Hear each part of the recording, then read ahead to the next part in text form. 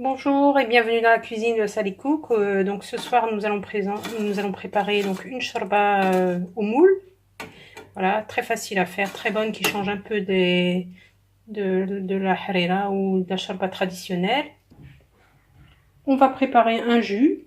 Préparer des croissants aux épinards et des clafoutis aux fruits. Yallah, bismillah. Donc pour réaliser ces petits desserts aux fruits, vous allez voir, c'est très facile. Donc je vais casser 2 œufs, bismillah, 2 œufs dans un récipient avec une pincée de sel. Je vais vous dire les quantités au fur et à mesure. Voilà, comme ceci. Je vais mettre donc 4 cuillères à soupe de sucre. Alors le sucre c'est comme vous le souhaitez, hein. Si vous aimez plus sucré, vous pouvez rajouter. Vous avez dû remarquer que je ne sucrais pas beaucoup. Avec donc un sachet de sucre vanillé. On va mettre directement tout ça, comme ça ce sera fait. Un yaourt. Donc mon yaourt fait 125 grammes. Et mon yaourt est sucré. Un yaourt au sucre de canne. Voilà. Donc je mélange bien.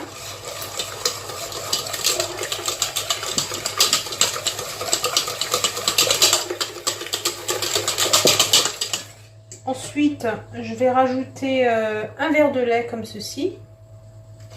Donc mon verre fait 180 ml.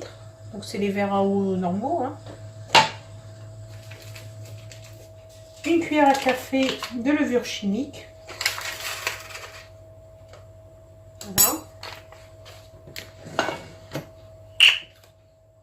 2 cuillères à soupe d'huile.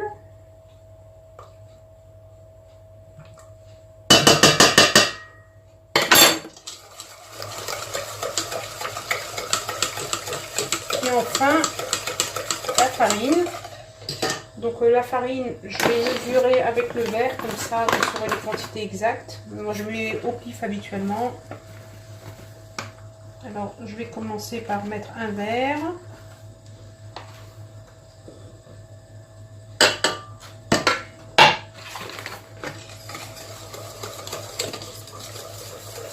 Vous mettez votre four à préchauffer, thermostat 6, 125 degrés. Je vais rajouter encore de la farine. Un deuxième verre, et ça devrait être suffisant. Je ne vais pas tout mettre, je vais y aller doucement.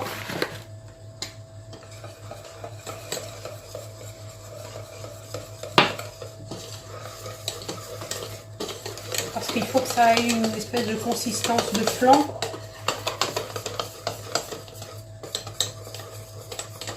Il ne faut pas que ça soit trop... Je pense que c'est bon. Vous voyez, c'est plus épais qu'une pâte à crêpes. Je vais rajouter encore un petit peu. Donc en fait, j'ai mis 2 verres de farine. Et pour celles qui n'ont pas ce verre là, un verre ça fait à peu près 100 grammes. Donc environ 200 grammes de farine. Moi j'ai beurré et fariné donc un moule comme ceci. Donc c'est pas des moules à muffins. Vous voyez, c'est un peu moins profond. Voilà.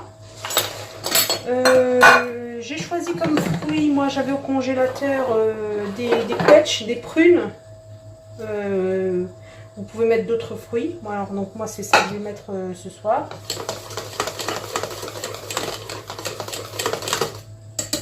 Donc je vais retirer le fouet et je vais mettre de la spatule pour m'assurer qu'il n'y a pas de farine à rester au fond de la... Donc je commence à mettre mon appareil. Voilà. Surtout vous farinez bien et vous beurrez bien parce que sinon ça va coller. Vous allez voir, ces petites pâtisseries, elles sont très très faciles à manger.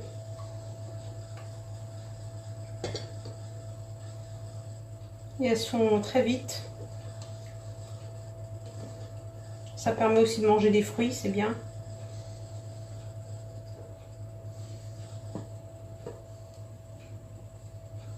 c'est une recette que vous allez garder souvent. Hein. Si vous avez des restes de pommes, vous avez des fruits, vous ne savez pas quoi en faire, ben, vous faites cet appareil-là, hop, et vous mettez vos fruits. Donc là, mes fruits, je vous ai dit, c'est des prunes que j'avais congelées. Donc je vais en mettre comme ceci un peu partout. Donc là, je vais enfourner, donc je vais baisser mon four, je vais le remettre à thermostat 5 pour que ça ait le temps de bien cuire à l'intérieur, puisque la préparation est assez liquide. A tout de suite pour la présentation. Voilà, nos petites pâtisseries sont prêtes. Il m'a fallu 30 minutes à peu près. Donc au départ, c'était thermostat 6, vous vous souvenez. J'ai laissé cuire une dizaine de minutes, thermostat 6, j'ai baissé à thermostat 5. Et au bout de 30 minutes...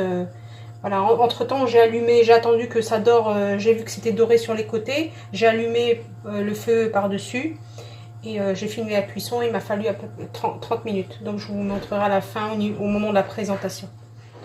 Donc voilà le résultat pour mes petites pâtisseries. Donc je vais mettre juste un petit peu de sucre glacé, comme ceci. Voilà. Elles ont donc la texture de flan. Voilà, je vous montre. Elles ont la texture de flan. Eh bien, écoutez, n'hésitez pas à liker, à partager avec vos amis. Donc, nous allons tout d'abord réaliser la farce, bismillah. Donc, pour la farce de ces petits chaussons, moi j'ai mis donc des épinards. Donc, des épinards que j'achète congelés comme ceci. Si vous avez des épinards frais, eh bien, vous les... Vous les lavez bien sûr, vous les hachez. J'ai mis une poignée de champignons, une cuillère à café de paprika, une cuillère à café d'herbe de Provence, du sel et des oignons en poudre comme ceci. Voilà, donc on rajoute des oignons en poudre, une cuillère à soupe. On va mettre bien sûr de l'huile d'olive. Et je vais faire revenir ma farce. J'ai là 2 tomates que j'ai épluchées, j'ai enlevé les pépins et j'ai mis en petits morceaux, je les rajouterai à la fin. Donc là je vais couvrir, je vais laisser ma farce, je vais la remuer de temps en temps, je vais la laisser cuire et ensuite j'en reviens vers vous. Donc, pendant que mes épinards cuisent, donc je vais préparer la pâte. Donc là j'ai mis une cuillère à soupe de sucre en poudre. Je vais mettre l'équivalent de 180 ml de lait tiède. Donc là c'est un peu chaud, je vais y aller doucement. Je vais mettre 2 cuillères à soupe de beurre, voilà comme ceci, 2 cuillères à soupe d'huile. J'ai la main lourde un peu aujourd'hui.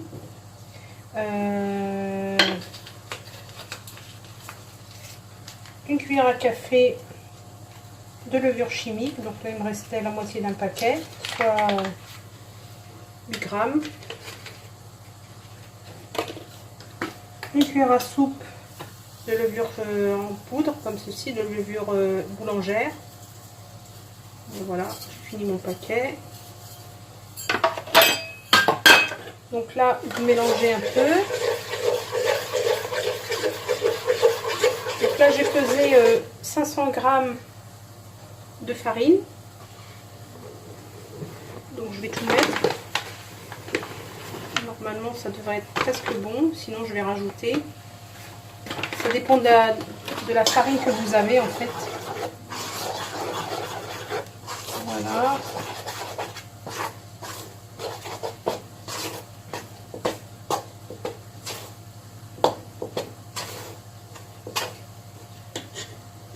Je vais mettre à pétrir et je vais rajouter du lait si besoin. Je vous dirai combien j'ai rajouté.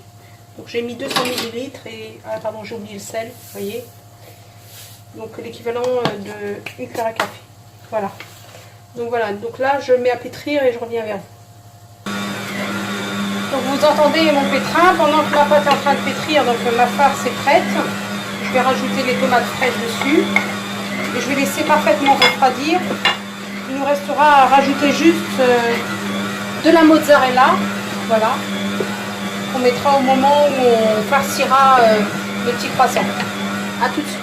La pâte est prête, voilà, Donc voilà la consistance qu'elle a exactement. Elle est pas dure. Hein. Je vais la laisser gonfler.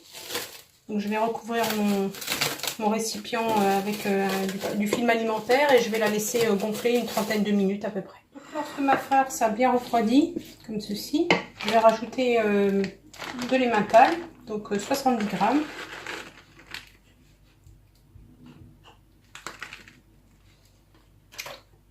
J'ai des tranches de dinde, non c'est des tranches de poulet pardon fumé que je vais couper comme ça en petits carrés.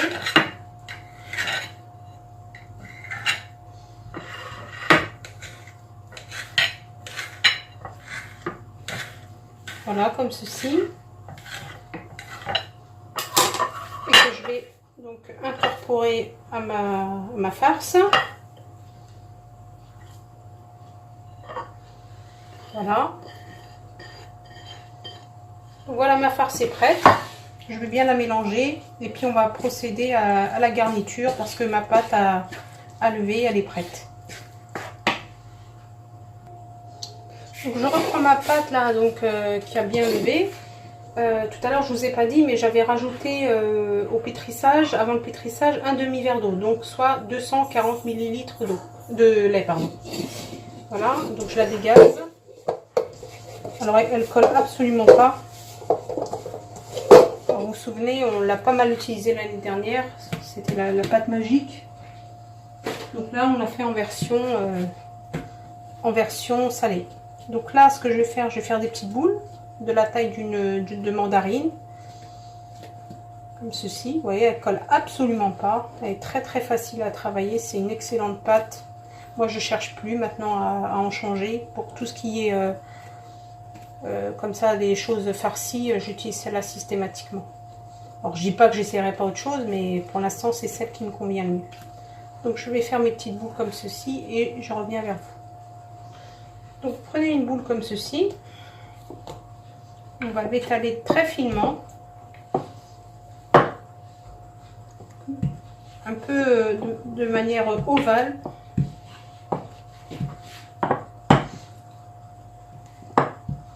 Pour que vous n'ayez pas une épaisseur trop épaisse de pâte. C'est pas agréable à manger ensuite. Donc on étale la pâte. On ajoute donc une cuillère à soupe pas trop pleine de farce comme ceci.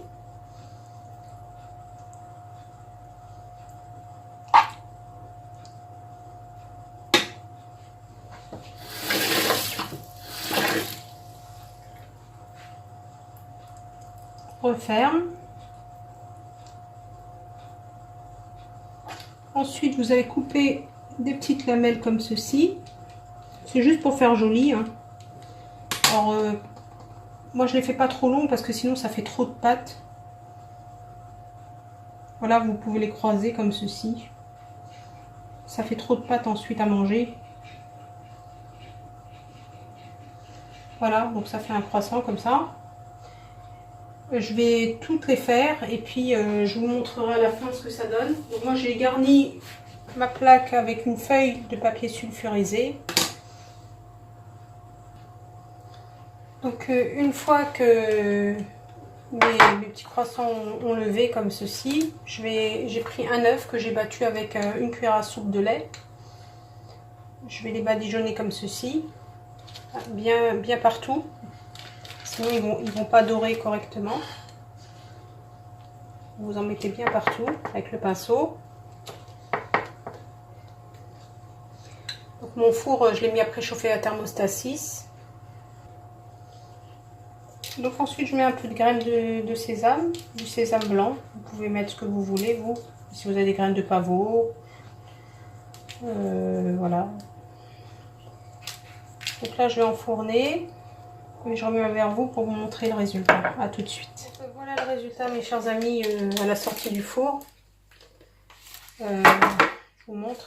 Donc la pâte est vraiment très très molle. Voilà, comme de la pâte à brioche. Voilà, donc Je vais préparer une petite salade avec. Je vais vous montrer dans la suite aussi un petit jus que je prépare rapidement aussi.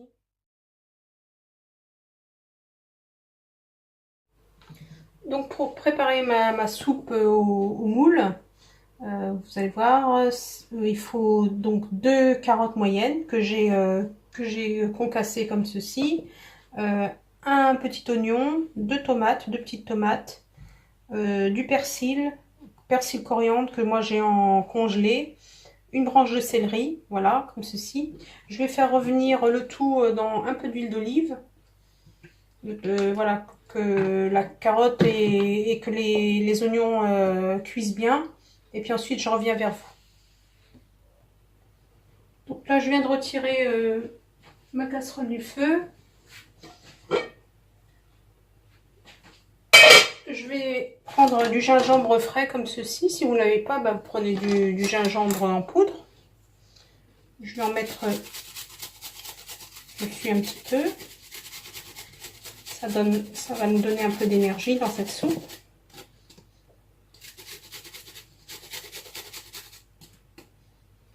C'est très très bon le gingembre frais. Alors, faut pas, c'est un peu piquant, donc il ne faut pas trop en mettre pour ceux qui ne supportent pas. Je vais saler. Je vais mettre du curcuma. Donc une cuillère à café. Donc moi, ma soupe aux fruits de mer, ça va être avec des moules. Donc je vais mettre mes moules.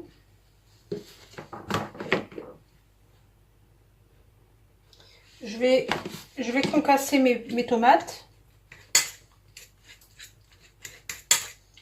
Comme ceci.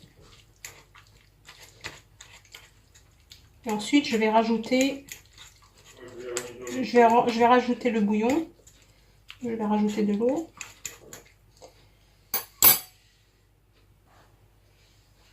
Donc la quantité d'eau, ça dépend de la quantité que vous avez mis, bien sûr. Donc là, moi, c'est une soupe pour 3 personnes. Je vais vérifier que c'est bon. Voilà.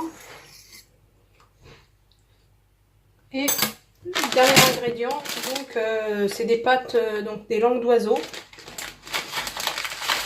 Donc je vais rajouter comme ça à la volée. Ça fait à peu près 5 cuillères à soupe. Voilà, donc je vais remettre tout ça à mijoter. Et puis je reviens vers vous quand c'est terminé. Voilà le résultat de ma délicieuse shorba. Vous voyez, avec mes moules, mes tomates, mes carottes. Voilà, n'hésitez pas à l'essayer, ça change un peu de la harira pour ceux qui n'arrivent pas à en boire. Donc voilà, rapidement pour la fin, pour vous montrer le jus que je vais faire ce soir. Donc j'ai mis 2 nectarines, donc nectarines ou des pêches si vous n'avez pas, c'est la même famille. 2 oranges, donc moi j'ai mis des clémentines parce qu'il m'en restait d'oranges, 2 bananes. Je vais mettre un yaourt, voilà comme ceci. Je vais mettre du jus d'orange,